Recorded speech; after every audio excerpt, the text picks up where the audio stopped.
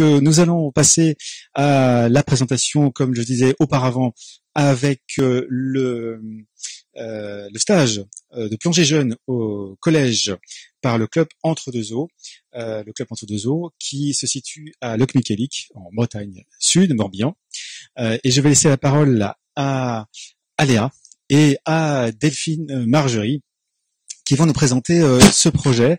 Je vous invite aussi à leur poser vos questions dès maintenant sur la vidéo en ligne. Donc, vous mettez vos commentaires, vous mettez vos questions et on les relaiera d'ici la fin de leur présentation. Et vous pourrez aussi les retrouver d'ici quelques minutes à la fin de leur intervention sur notre chat en ligne. Donc, on a remis l'adresse sur les commentaires. Laurence me fait signe de la tête depuis la régie, donc c'est bon. Et vous cliquez dessus et c'est tout simple. Vous indiquez votre nom, votre prénom, votre avatar et vous serez connecté gratuitement, sans compte d'accès, directement avec les intervenants.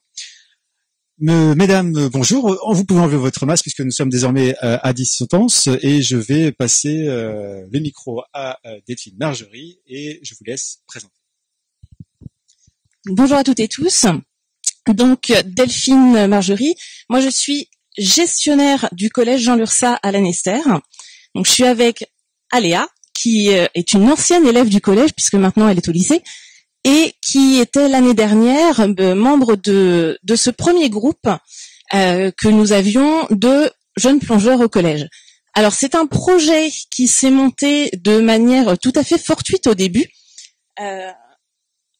puisque l'idée a été de faire découvrir la plongée à des jeunes et que Monsieur Margerie est président du club de Locmiquélic. Il a donc pris son téléphone, a appelé sa fille en se disant qu'elle travaillait dans un collège, et c'est parti de là. Alors bien évidemment, on l'a pas monté à deux, ce projet, bien au contraire. Il a fallu en parler à l'équipe de direction, donc principale adjointe, les enseignants, bien évidemment, sont au cœur du projet aussi, et principalement donc Madame Bellego, qui est professeure d'EPS au collège, qui n'est pas plongeuse, mais qui est très aquatique et qui a tout de suite accroché à ce projet.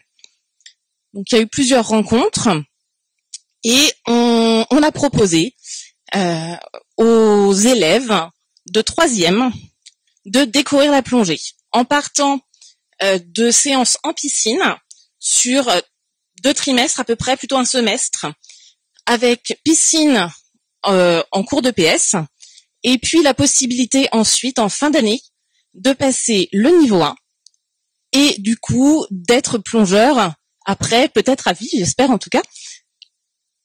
Et on espérait pouvoir faire un stage d'1 semaine. Malheureusement, les conditions sanitaires n'ont pas permis ça. On a réussi quand même à faire plonger les élèves en fin d'année, en juin, juillet. Et ils ont pu passer leur niveau 1. Les jeunes, du coup, avaient une licence au club. Le matériel a été en grande partie fourni par le club et par un partenariat. Pour les combinaisons, il y a eu un dossier qui a été monté pour un sponsoring. L'idée étant quand même que ce ne soit pas un coût trop élevé pour les familles, pour que ce soit accessible au plus grand nombre. Donc ça, voilà, c'est ce que j'expliquais, hein, une heure de piscine toutes les semaines, avec donc plongée et apnée pour découvrir un petit peu tout ce qui est milieu aquatique, et puis délivrance du niveau 1. On avait 18 jeunes inscrits, 14 qui ont eu ce niveau 1. Formation perturbée par le virus. Aléa, ouais, on sent qu'elle a été déçue. Mais c'est un projet qui a bien plu, qui continue cette année, qu'on espère faire perdurer. Mais je vais laisser plutôt Aléa en parler, parce que le côté gestion pratique, c'est bien, mais le côté des élèves, c'est quand même ce qui nous intéresse le plus aujourd'hui. Donc je te laisse la parole.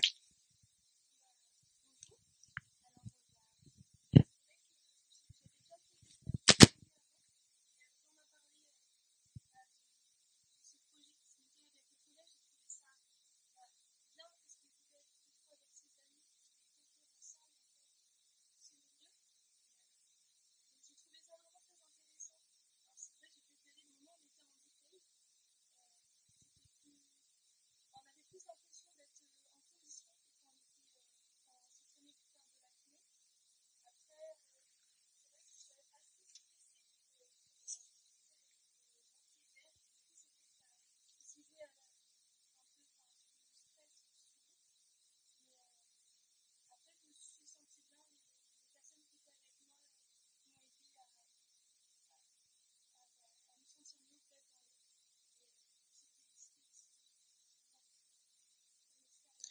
Aléa, j'ai envie de te poser.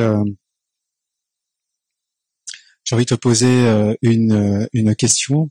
Alors, on me fait signe au niveau du son, donc on va regarder ce qui se passe. C'est du direct, encore une fois, ne vous inquiétez pas. À chaque fois, je le rappelle, hein, donc n'hésitez pas. C'est un concours, il n'y a rien à gagner, mais vous pouvez aller élire le meilleur bug et le meilleur cafouillage depuis 13 heures. Oui, ça fait déjà 3h30 qu'on est... 3h30, que dis-je? Oui, 4h30, non? Non, 3h30 de direct, c'est déjà pas mal. Donc vous pouvez élire le meilleur bug et le meilleur cafouillage qu'il y a depuis 13 heures. Bon, c'est un tout petit bug, c'est du son, c'est normal. Donc Aléa, je reviens à toi. Donc il y a une question qui vient tout de suite à l'esprit, c'est tu as commencé à quel âge la plongée finalement?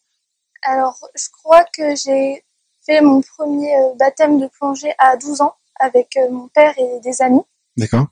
Et après, du coup, j'ai vraiment commencé la plongée avec le collège du coup, et le club. Est-ce que tu penses que sans le stage au collège, est-ce que tu penses que tu aurais pratiqué la plongée dans ton adolescence, on va dire? Non, je pense pas. J'aurais continué à faire des baptêmes en fin d'été parce que j'aime bien ça. C'est un moment qu'on partage avec mon père. Mais non, je pense pas que j'aurais été à approfondir, passer mon niveau 1, je pense pas. D'accord. Donc en fait, à 12 ans, tu as fait ton baptême.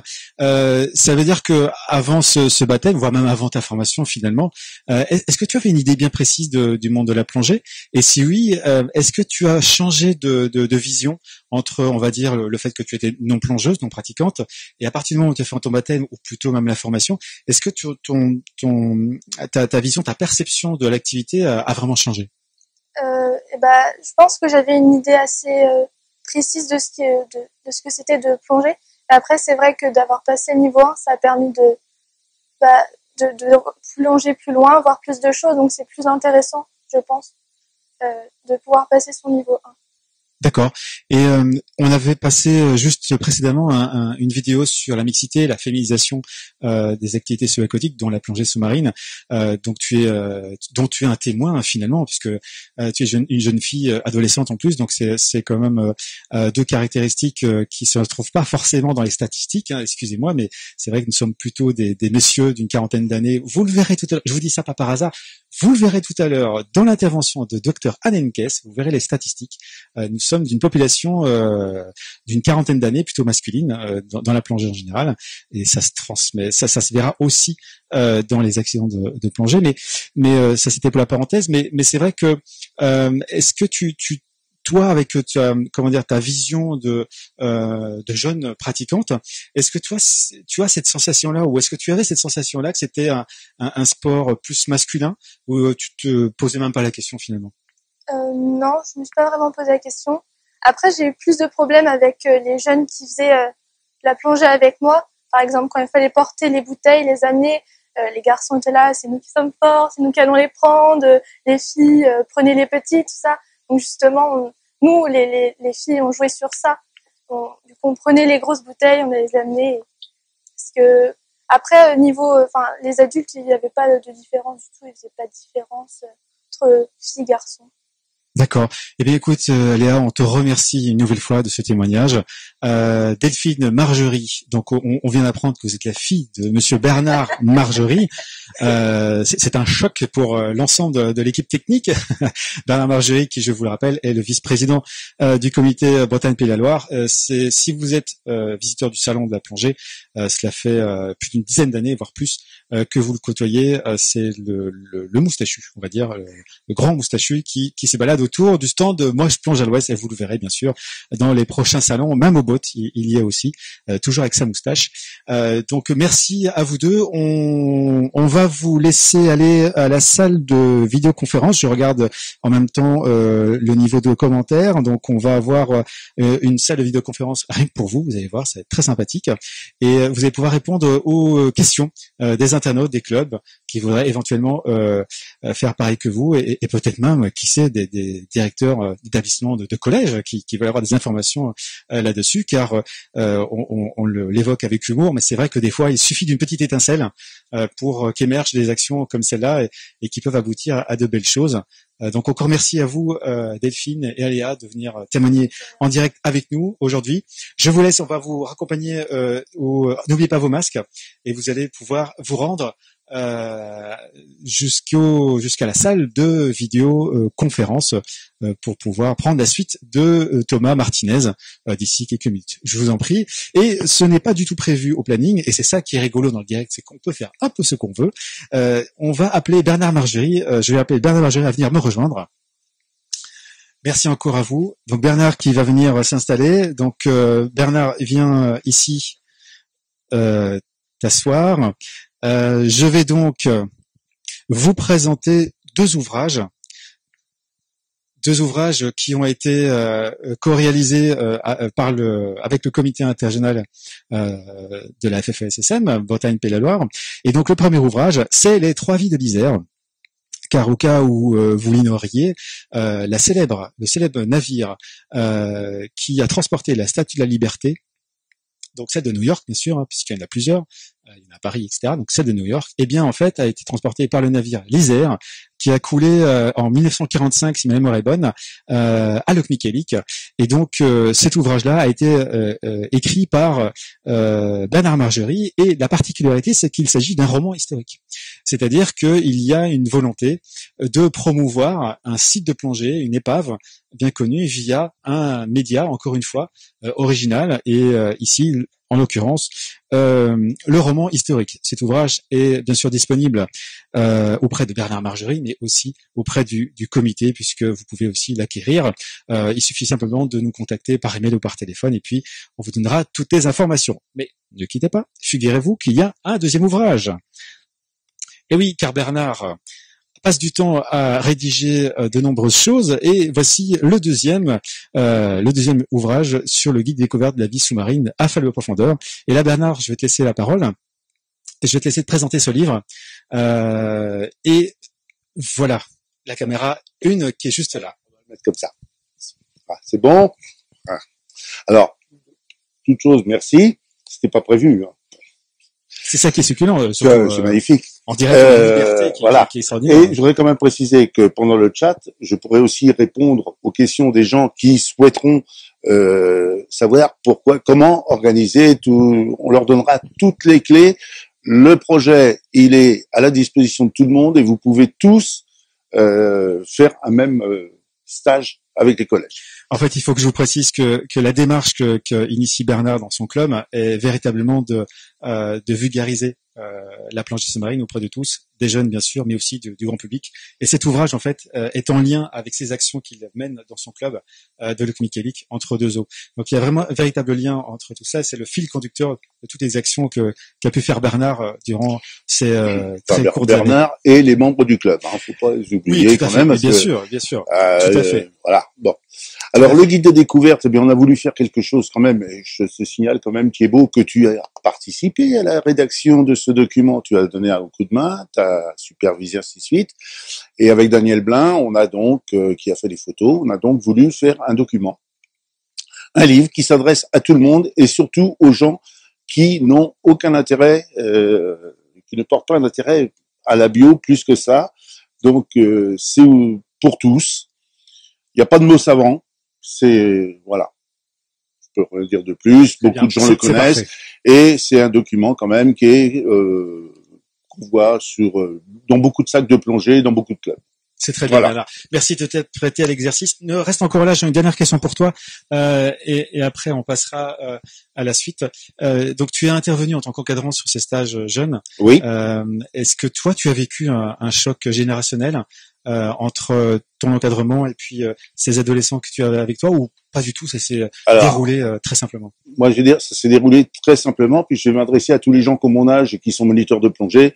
Si vous voulez rester jeune, côtoyez des jeunes. Si vous voulez être vieux, plongez avec des vieux. Voilà, c'est tout. Donc, vous l'aurez bien noté, le conseil de Bernard, c'est de plonger avec des vieux. Voilà. Et en plus, c'est génial, parce que quand on plonge avec des gamins, puis je vais dire quand même très sérieusement, par rapport aux élèves de collège qu'on a, entre moniteurs, nous on fait tous les vendredis matins pendant 1 heure, on est avec la prof de gym, on est avec les gamins et ainsi de suite. Et les gamins, c'est des éponges. Ils absorbent le geste. Vous faites un geste, naturellement, ils reproduisent. C'est que du bonheur. Et quand vous les emmenez sous l'eau, vous avez l'impression d'avoir emmené des vieux briscards plonger avec vous. Donc voilà. Merci Bernard, merci pour ta bonne humeur. Et je vais humeur. dans la salle de chat. Merci pour. Je te laisse partir en salle de vidéoconférence. Je remets mon. Tu peux remettre ton masque. N'oublie pas ton masque. Alors autant vous dire que le retard, on l'a toujours, hein, ça c'est sûr.